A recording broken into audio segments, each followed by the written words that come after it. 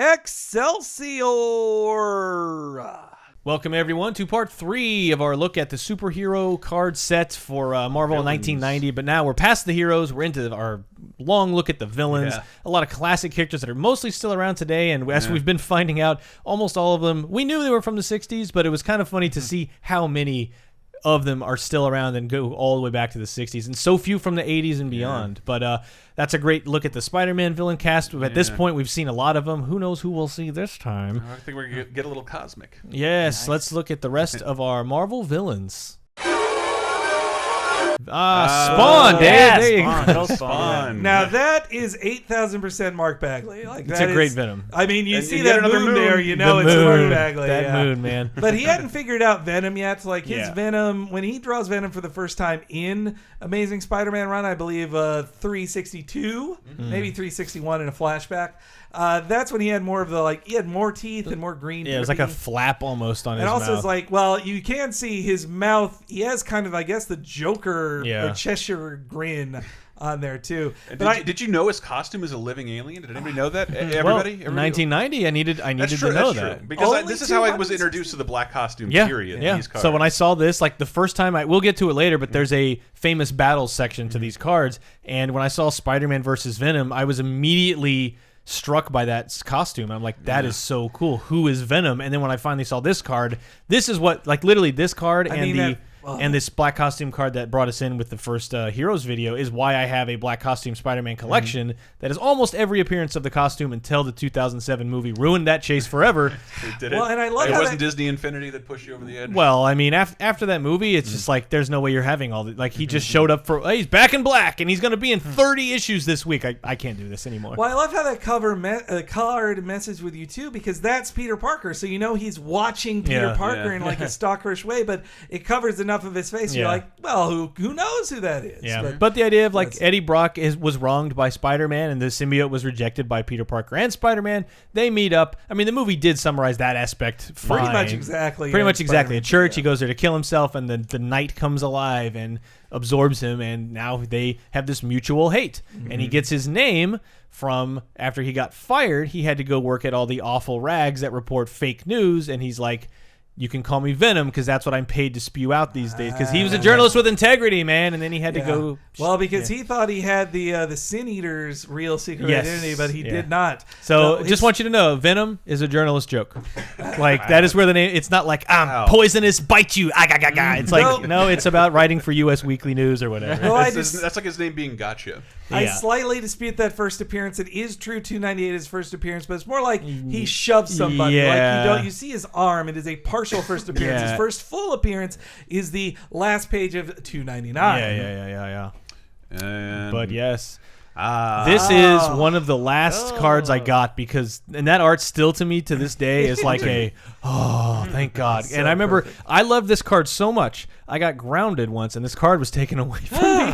Wow. Specifically. this card was considered a privilege by your parents? Because they're like, you spend a lot of love it time so looking and much. reading these. Like, you got a bad grade here, so you know what? You can't read these cards tonight. And I'm like, but that's all I want to do. And that's so funny with that. I mean, that is a classic, like, first appearance version of Green Goblin. Except that he's but, Harry Osborn. It's Harry.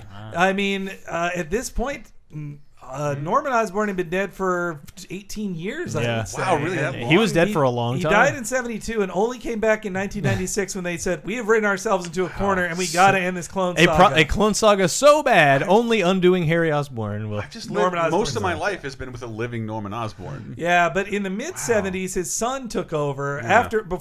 First, his psychiatrist took over. Then Harry Osborn took over as the third Green Goblin. Ironically, a longtime friend of Peter Parker. Yeah, he had first been Peter Parker's buddy in college, and it was a crazy reveal. Like, his dad is a Green Goblin. It's a very melodramatic Stan Lee type turn. Yeah. But also, Harry Osborn had like pill addiction problems, Yep. and he kind of would go in and out of remembering that Spider-Man was and was not Peter Parker. And I would really suggest. It was probably years after this, but Spectacular Spider-Man 200.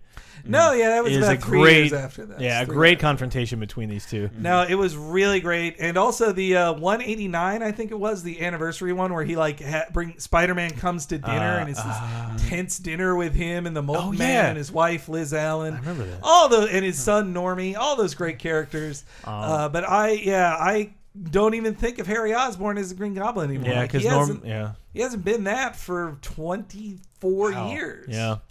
But yeah, that card really sticks with me. And again, that green trim that's supposed to, I guess, group him with Spider-Man villains. Now, that first appearance of 74 is definitely disingenuous because the first appearance of the real Green Goblin was like 65, and Harry Osborn's first appearance was also like 64 or 65. Right, but Harry as Green Goblin, maybe. That was in 136 in 1974. Yeah. All right. Hey. Whoa. Back when he still had the G on his chest. Oh, I miss that G. I miss that G, baby. But again, the wins and losses somehow fewer than the Asgardians. yeah. He should have a lot of wins. But Whoa! yeah, Planets devoured. Holy cow! 26 million. We should factor into some wins, right? Wow. I guess that should When count you eat as a win. planet, you win. I would think To so. devour one Earth, that's like, he Well, defeated 60 billion people. Mostly though, for Galactus, that's like saying, "Well, Dave, you ate a burger, so you beat that cow. You were Yes, fighting I cows. won over the burger. you killed that living thing." But so, your vices won that day. You haven't seen the weird prayer Dave does before eating? It's very strange. God, and see, But this he's- was your first inkling, like reading these cards, where you're like, 69, dudes! Win percent. what? Where you're just like, wait, these characters, like, I thought comic book characters, like, I thought Spider-Man just, like, swung around buildings and stuff. Yeah. There's someone who eats planets? Like, that's and scary I as just- shit. I love the card image. The card image is So like good.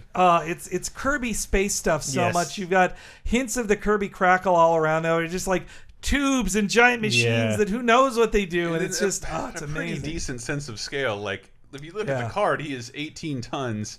So Galactus is how tall there? He's 29 feet tall. Though 29 feet tall. it does change based on power level. Yeah. When he's at his weakest in a story that from like 86 or so, he is only about 2 stories tall, and so he's able to be felled there just because he's starving to death. And Yeah. he first appeared in Fantastic Four 48, a 3-issue storyline that for the time was epic. Yeah. No story had been more epic. It was the end of the fucking world. Yeah. Silver Surfer Space Jesus showed up to say, "God's coming to kill you." Yeah. Wow. And it was just amazing. Yeah. It was so great. At this point, they kind of just see him as kind of like, I guess you'd say, Godzilla. He's a force Yeah. of nature who eats shit. He's not malevolent. Yeah, And I no, also, they go to great pains to make him like he's a cosmic balance. Like Yeah. there are Celestials who seed the planets, but Galactus is Love this that Earth X story. thing. Yeah, Earth X is a great like kind of Elseworlds idea of it, but like he's here as a force of nature that was left over actually from the prior universe.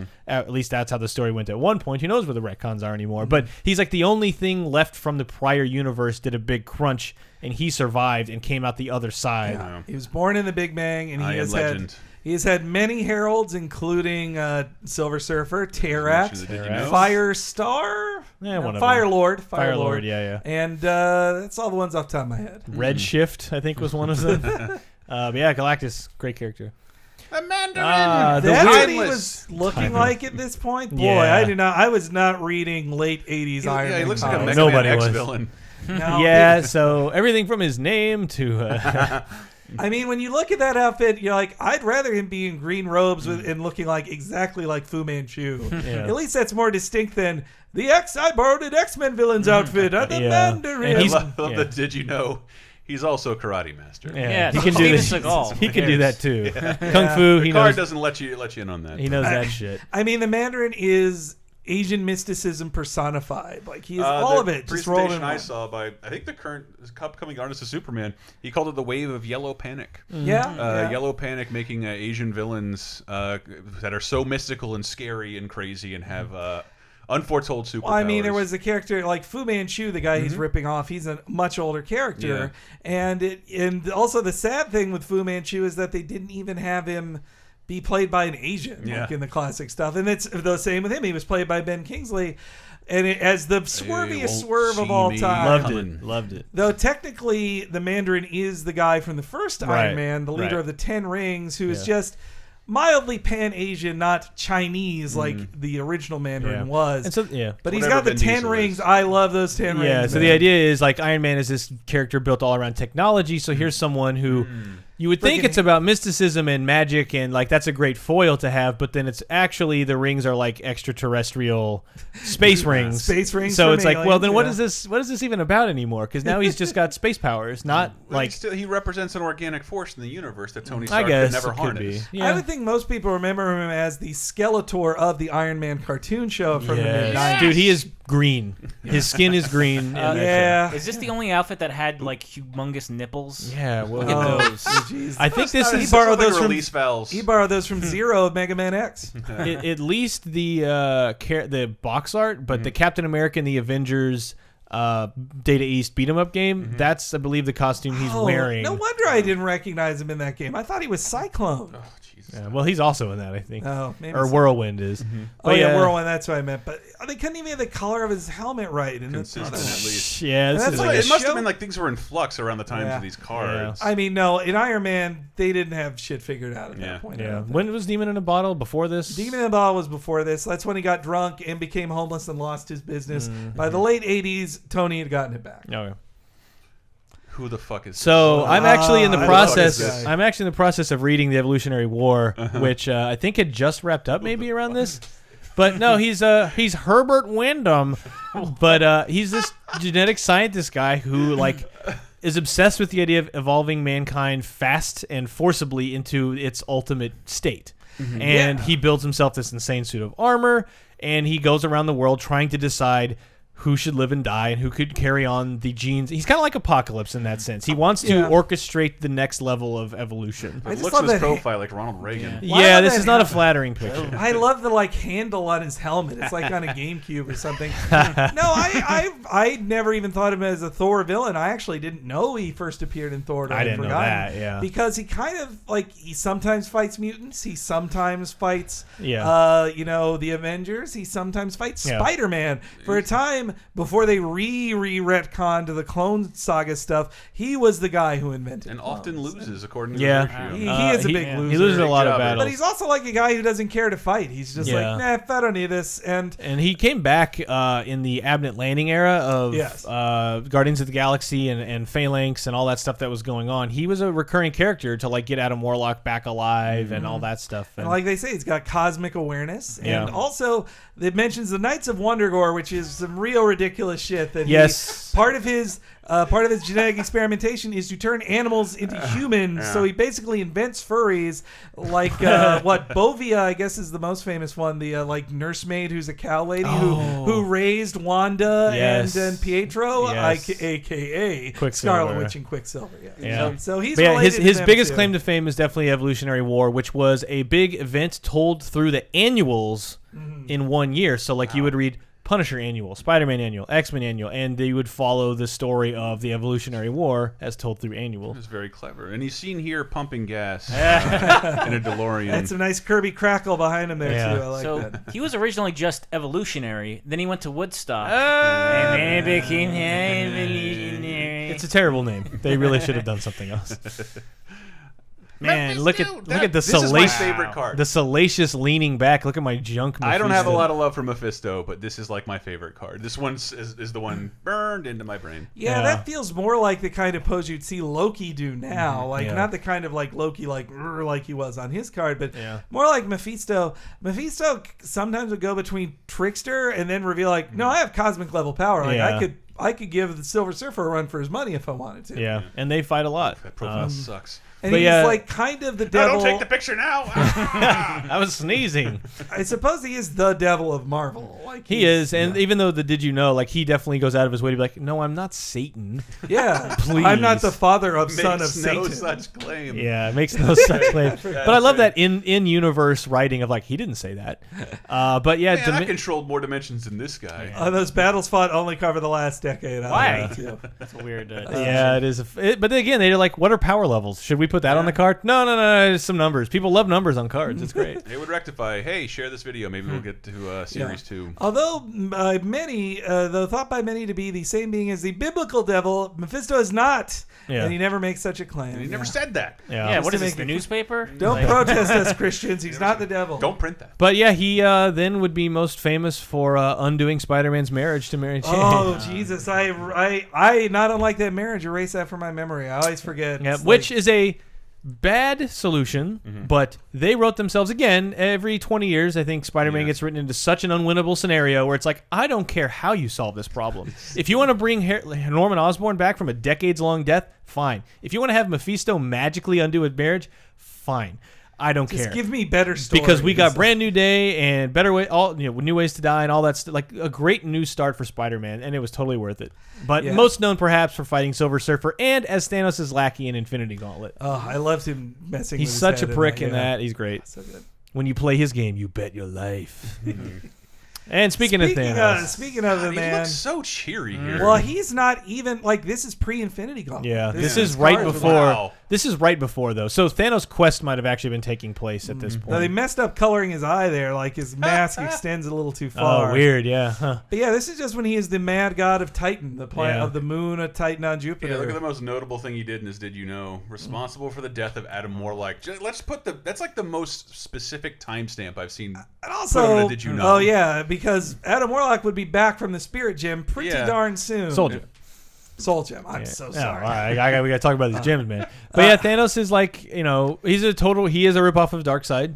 He straight up is. But first appearance paired strangely in Iron Man 55. That is weird. And his costume in that issue is ridiculous. Also, that only him and Galactus have a stat for planets destroyed, and he's nowhere close to Galactus. Yeah. He's about 26 million off. He's only been at it for a few hundred years, Chris. Yeah. Give him a break. I see. But I mean, he first appeared in that book because Jim Starlin was writing Iron Man, and then he's like, "Well, I want to bring Iron Man to space and just have him meet the space characters I want to write anyway." Yeah. And it worked out. It's how he got to have. He would go on to do the Captain Marvel book. He'd get to do Adam Warlock, and he'd bring the Avengers to fight Thanos as well. At this point, he'd only had the Cosmic Cube, and actually, he is full on dead. Like he was dead for about 10 years. Yeah. I'd say a year from now, he will come back to life in that Silver Surfer book that is the prelude. Better know how he Yeah. died. to Look at his Infinity weight.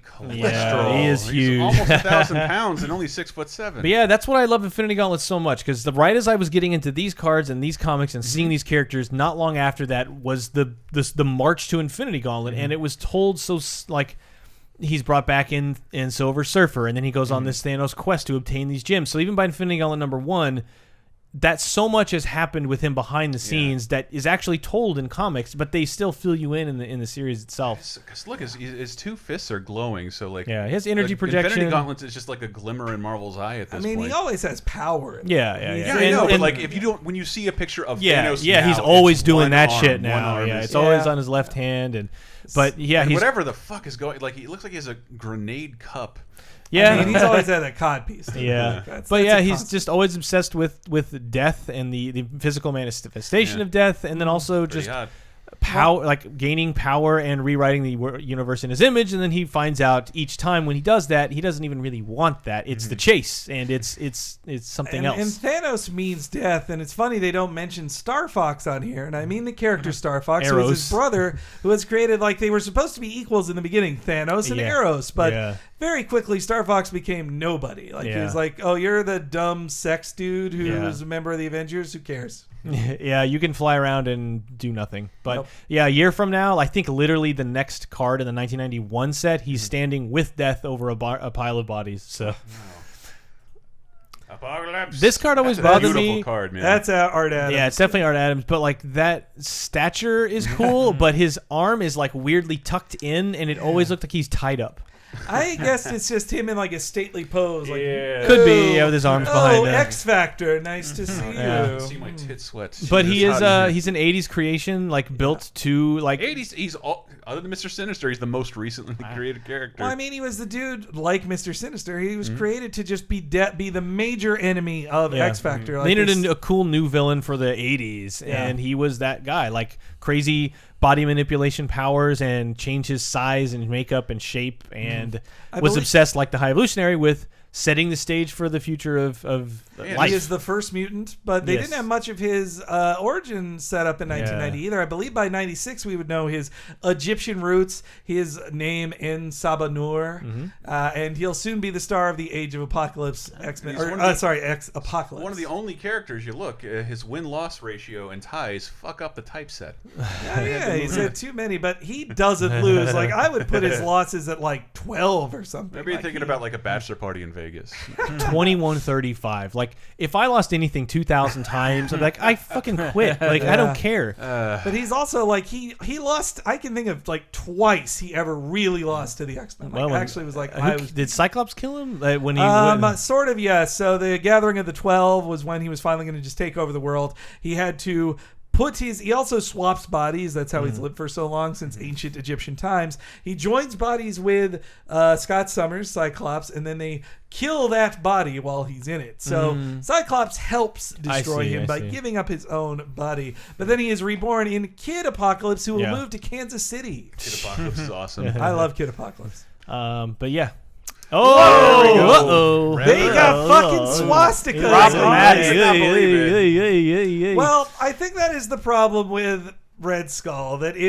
I think it is true to his origins. He is a Nazi, and I wouldn't want them to pretend he wasn't a Nazi. Sure. But it also, how do you sell that shit? Like, how do you? I remember being at a Comic-Con a few years ago and seeing this is an amazing bust of him with his like long cigarette in it. Yeah. It's like, man, this is awesome. I don't want to own this. Like, if somebody come over to my house and be like, oh, way to great Nazi bust. I saw this card today. Like, this was a swastika in a Red Skull card was completely innocuous. Clearly went through a ton of pass-throughs. Why does it make us more uncomfortable now with more distance? Yeah, I don't know, because Nazis, the World War II is closer then. Yeah, exactly. It was like, I think it's because like Marvel distanced themselves from that. Like, they hate showing him with his swastikas and stuff. That's why in the movie, they make a very clear thing of, I am not a Nazi. I also will kill Nazis, and I will steal your Nazi money to make Hydra, and I'm Hydra, not a Nazi. You're not buying a Nazi toy when you buy your Red Skull toy, kids. But he is a Nazi. That is. I mean, he's Johann Schmidt. Yes, I mean, from 1941, like, he's built to be like who's a guy that our Captain America wrapped in a flag superhero can punch in the face. This is our oldest villain, Red Skull. He appeared in the first issue, in the very first one. He was his Joker, his Lex Luthor, all that stuff. But he also was he was a spy in a dumb mask, and he died in the 40s for a time. But he was never a physical match for Captain America. Do you know what deadly dust he encountered according to Did You Know? Oh, no. Yeah, well, he had this deadly dust thing that when people would die, they would be left with this like burned red skull. And I do like that. It happened to himself, and then he got the goofy red skull. This card could have used an editor. Exposure to his own deadly dust of death. Redundant a little. But yeah, man, there are 3 swastikas on this thing. Yeah. And the first sentence is, trained by Adolf Hitler to be the living embodiment of the Nazi cause. I mean, that is who he is. I know, it is. It totally is. And it is so weird that reading it today, I'm kind of like, but it's like, that's what he was. He was of the time. So like, Captain America was with the Allies. He was gonna fight an Axis guy. That is what he is. I think we don't see it. It's merchandising, Chris. They just took it from us.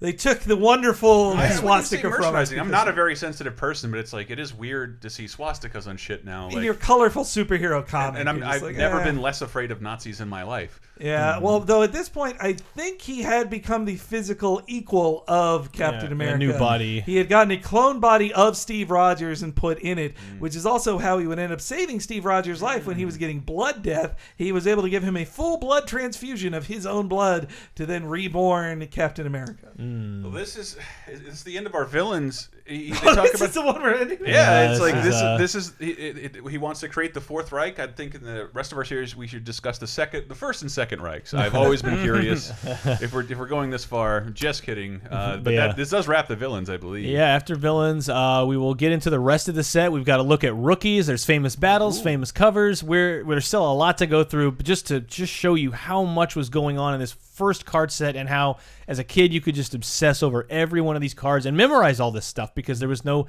internet or not even a lot of TV to distract you. So you just absorbed all of this stuff. But thanks for watching. Hopefully you're enjoying this. Share the videos and leave comments below about which characters you liked or if we missed certain facts about these characters. Subscribe, say something racist in the comments, and I'd rather click on not a couple that, of these other videos. Thanks. I'm going to do it anyway. Okay, bye.